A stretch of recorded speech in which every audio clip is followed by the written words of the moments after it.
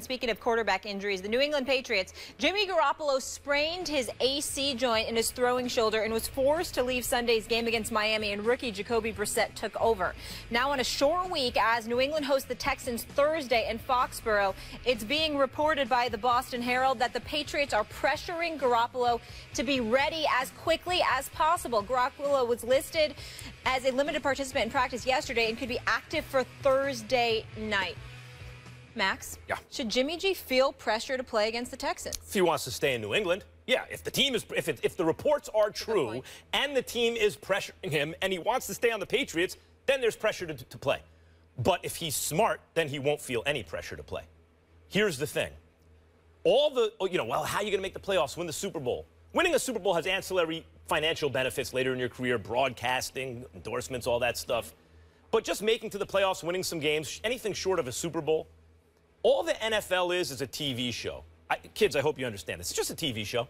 It's competitive, but it's a TV product. That's where the money's coming from. Why are you always saying kids like we got 5-year-olds watching? Well, I mean, listen, they get it. To a man of my intellect, the entire world seems like 5 years. That is true. That is true. I bought a thesaurus yesterday just for you. But go ahead, just for dealing with you. Go ahead. Now, so if the season is a TV show, and the postseason is just a bigger TV show for which you get paid less. For example, here are the bonuses last season. Wild card, you get 25 grand. Divisional round, 25 grand. Conference championship, 46 grand. You lose the Super Bowl, you get 51 grand. Even if you win it, 102,000. So guys making 20 million or something like that, or has the chance to, these are peanuts so hey, you should care so much about winning a championship. They're hoodwinking these players that forget about your source of income. Be on an even bigger TV show. Now, let me tell you what happens if he doesn't worry about that so much, meaning he doesn't care so much if he plays in New England, where there's a good chance to play in the Super Bowl, or somewhere else where he just gets paid. Brock Osweiler started 7 games last year, signed a 4-year, $72 million contract. Matt Flynn had 1 start, 480 yards and 6 touchdowns against the Lions. The next year signed a 3-year, $26 million deal with the Seahawks, 2012. Oh, I remember that. 1 start. Jimmy Garoppolo, given his age, given what he's shown on the field so far in 2 starts, well, Brady's going to be back in a couple games. He better rush on the field or he won't get another start. Even if he doesn't, has a chance, if he doesn't play any more this year or next year, which I'm claiming will be Brady's last effective season, has a chance to cash in on these 2 games. If his health is compromised to where he thinks it could be an ongoing problem, a chronic, lingering problem, it can affect his value on the marketplace, there is no way he should risk it at that point. It is irrational for him to do so just to stay in New England. Your argument is weak because what you did was take both sides of the argument so neither could be attacked when, in fact, both of them could be attacked in this particular situation. Very beautiful strategy on your part. Not working. Let's see. Not working. Let's see what you got. Here's the deal. First of all, it all comes back to the point about Brady as it pertains to you, who swears up and down he's going to be done in 16 months to 18 months or so, that Tom Brady is going to be done. It won't work. Tom Brady's going to be around for at least the next 3 years at this level. I've said it before. I'm saying it again. Plus 40. Tom Brady is going to be Tom Brady unless Bill Belichick, and I'm certainly not wishing any harm to him. God bless him. You know, you climb up there in age, you just never know. I mean, I hope he's around. But as long as Bill Belichick... Think that about Brady, not Belichick. As long as Bill Belichick is around, well, you don't know. I mean, Bill Belichick with those sweat outfits and all of that other stuff. I don't know how often he's on the treadmill or the elliptical machine or whatever the case may be. I hope he's healthy. I think he's a brilliant coach. He's great. I love him, which is saying a lot since I'm from New York and he's damn Massachusetts. But the bottom line is greatness, and that's the respect that I have for the great Bill Belichick, regardless of what callers on my radio show like Carlton from Massachusetts and others who hate Bill Belichick talk about him all the time. He's crazy. He's brilliant. Carlton's brilliant, but crazy. But here's the deal. The point that I'm trying to make to you is I'm telling you that Brady, as long as Bill Belichick is the coach of this team, Brady's got at least 3 years in him at this level. So you're proving my point if you believe that. So what I'm saying to you is this. If you are Jimmy Garoppolo, to me, to answer the question one way directly, not 2 ways, one way, there is no pressure on Jimmy Garoppolo to play at all, Max. If I'm him, Listen, I'm acting like I'm hurt more so than I am. I'm sitting there chilling. The way he's played these first 2 games, particularly in the first half against Miami, he really only played a game and a half because of the Brock Osweiler's of the world and the numbers that you threw out there. There's no pressure on him whatsoever. Well, unless he wants to stay in New England. Wait a minute. Well, but why? Why would you? If you want to be a football player and a quarterback, why in God's name would anybody want to stay in New England? Because unlike Max Kellerman, listen, unlike Max Kellerman, you think he'd have to sit another few years? He'd have to sit at least another 3 years. At least another 3 years. So Stephen A. here, Molly, banking on the fact that Tom Brady is the exception to the rule that in all of human history, no quarterback's been elite at 41. He'll be the first. Hold on. I take offense to the word banking on. To me, there is no gamble. I'm sitting back here chilling, waiting for my green smoothie drink. I'll look right at you and tell you, I am literally not concerned at all about Tom Brady for the next 2 years. How was Derek Jeter in his last season? Was he? How was Kobe Bryant?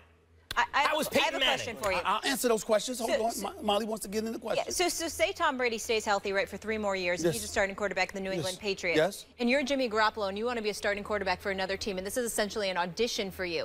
Don't you think there's something to be said through playing through injury and showing that he didn't get hurt in his second start, and then he's going to sit and be like, I'm cool. I can answer that question. Of course, there's something to be said about it. But my point is, because of the suckers that exist in professional sports, meaning and I don't want to sit there. I know where you're going with this. Let me be clear. I'm not saying suckers in this particular instance in a derogatory fashion. I understand why Rick Smith and Houston gave Brock Osweiler that money. I understand those things. I don't mean it that way. What I'm saying when I bring in the word sucker, I'm saying minimal work getting you this money.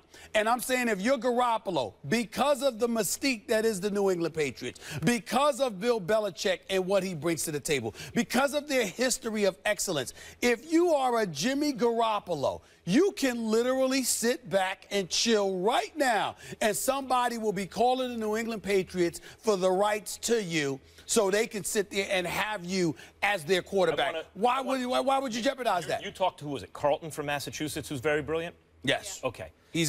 Nobody hates Bill Belichick more. I have people tweeting a lot at me. He's gone. I have people tweeting a lot at me about this age thing that I've been talking about, Brady falling off the cliff. From Massachusetts and other parts unknown. Because they know that you're crazy. And none of them are brilliant. They know that you're crazy. In fact, most of them are mentally impaired from what it seems on my timeline. Now that's not Carlton. Right. I'm not saying it is. But I want to explain something very clearly to people. As long as who are saying, this athlete in another sport is Brady's age and he's still playing good. I'm not talking about a baseball player. I'm not talking about a basketball player. The voice was I'm not talking about a player at another position. I just want to say this loud and clear. No quarterback in NFL history who has been elite has maintained elite production at the age of 41 and beyond. Ever. Okay. None. Clear? All right. Brady will be 41 before the end of next year. We got it. You've made that point on a number of occasions. Here's my retort. When you talk about Brady, I'm tired of you bringing up Kobe. I'm tired of you bringing up Derek Jeter. I'm tired of you bringing up guys like that. Peyton Manning? Wait a minute. Derek Jeter. Well, wait a minute. Derek Jeter was an everyday player. 162 games a year, all of that other stuff. Kobe Bryant, basketball, running up and down the court, literally carrying the franchise on your shoulders. Peyton Manning, those 4 neck surgeries. Tom Brady has been relatively healthy. More importantly than that, playing in New England systems, particularly with the quick drop-offs, particularly with the 2 tight end set, especially now that you got Martellus Bennett to join Rob Gronkowski, that is a different animal. Brett Favre it is not applicable. Played well late, but not. He fell off before the age of 41. But what he was subjected to. I can't wait till Brady's 41. What he was subjected to, Brady has never been. Right, and what happens when you age, ask any doctor, is your bones get more brittle. You are more likely to suffer injury doing the same thing. I'm the one that's oldest up here. I can confirm that more so than you, 43-year-old. I got a high ankle sprain right now. Yeah, and you were limping big time this weekend, but that's okay. You still survived. The point that I'm trying to make to you is this. Brady hasn't been subjected to what those guys were subjected to. He will excel 3 years from now, just like he is. Why can't it be a year from now already? Yeah. We got to leave it there. I'm a football coach. I'm not a doctor. The medical staff is the medical staff. I coach the team. Medical people handle the injuries. They don't call plays.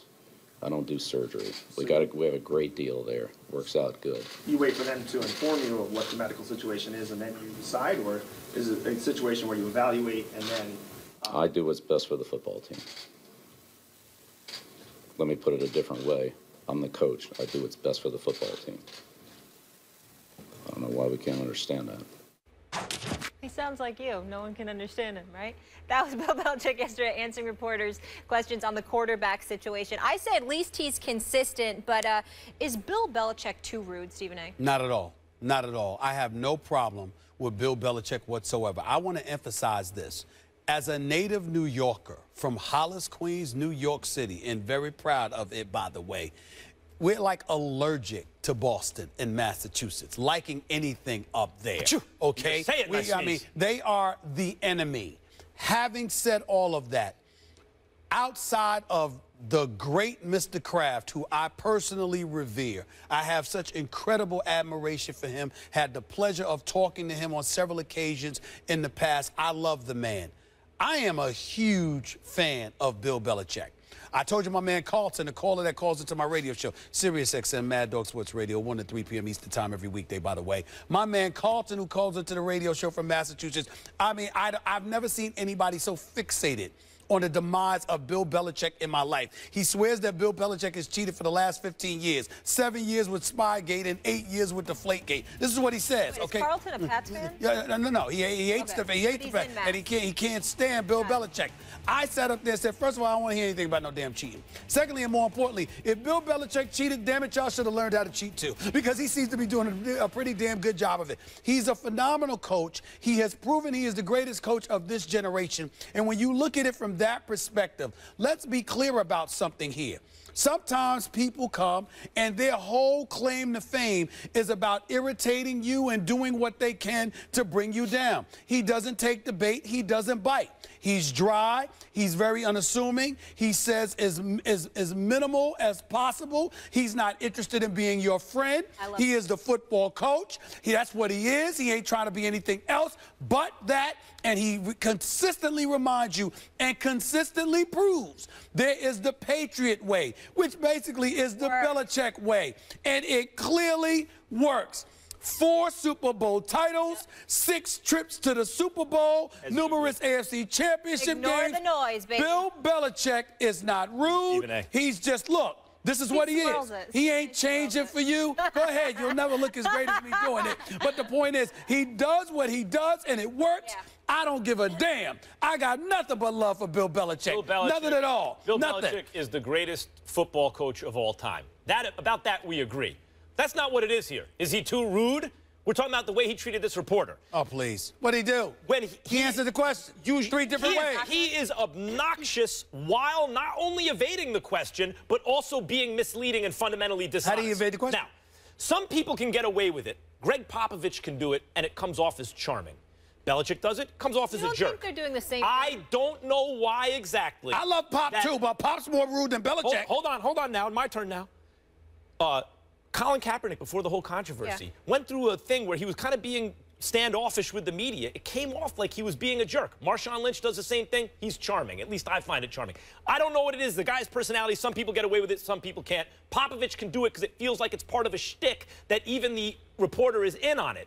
Belichick does it. It's aggressive. It's angry. It's meant to humiliate the reporter. Now, let me tell you what's going on here. Aggressive? The question was...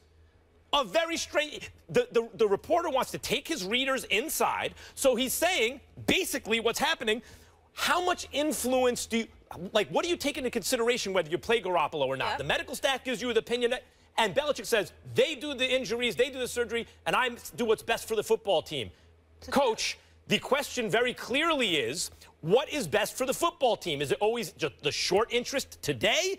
How do you balance that with the long-term interest? Because medicine, as I said earlier in the show, is an inexact science. It's not precise like astronomy or something. It's inexact. There's lots of gray area. The medical staff might say, yeah, he's cleared, but this is an injury that may be exacerbated. So if you want him for the next 2 weeks, he can do it, but he may not be so good going forward. It could compromise him in some way. And what the reporter is asking the coach is, how do you take that all into account account and decide what to do. And Belichick is saying in a humiliating way to the reporter, not only am I not going to tell you, but I'm going to avoid the question, I'm going to mislead you, give you a fundamentally dishonest answer as though the medical staff and the coaching staff have no input with each other, that there's no one making some big final decision, and I'm going to do it in a way that embarrasses you and talk to you like you're an idiot. Come on, that's what he's doing. Well, I'm not going to call out the reporter because I don't disrespect my colleagues and contemporaries, which is more than I could say for most dudes in this industry, even though I have the platform to do it on an everyday basis if I wanted to. Let me be very, very clear. When Bill Belichick speaks and he spoke to the reporter, he's basically saying, look, man, I answered your question. No, he didn't. I'm the coach. Okay, I make coaching decisions. I deal with guys on the field. The medical staff is the one who tells us if the guys are available. If once they're available, then I coach them. Right. If they're not available medically, then they're not available. No, we know I find that to be very simple. We know that's how do we not know that? How do we know that? The medical staff could say he is available to you today, but it could have a long-term negative consequence on his health. As the coach, how do you take that all into account? When you say I do what's best for the football team, do you mean in week 3 or the team throughout the season? He doesn't have to answer that question. No, but he doesn't have to answer that. He doesn't have to answer that. No, that's not the question. He doesn't have to answer that. It works. He doesn't have to answer that. Stephen A on this one. I like it. You're both wrong. Wish Bill Belichick was our coach. More for yeah, he's the best coach. After the break.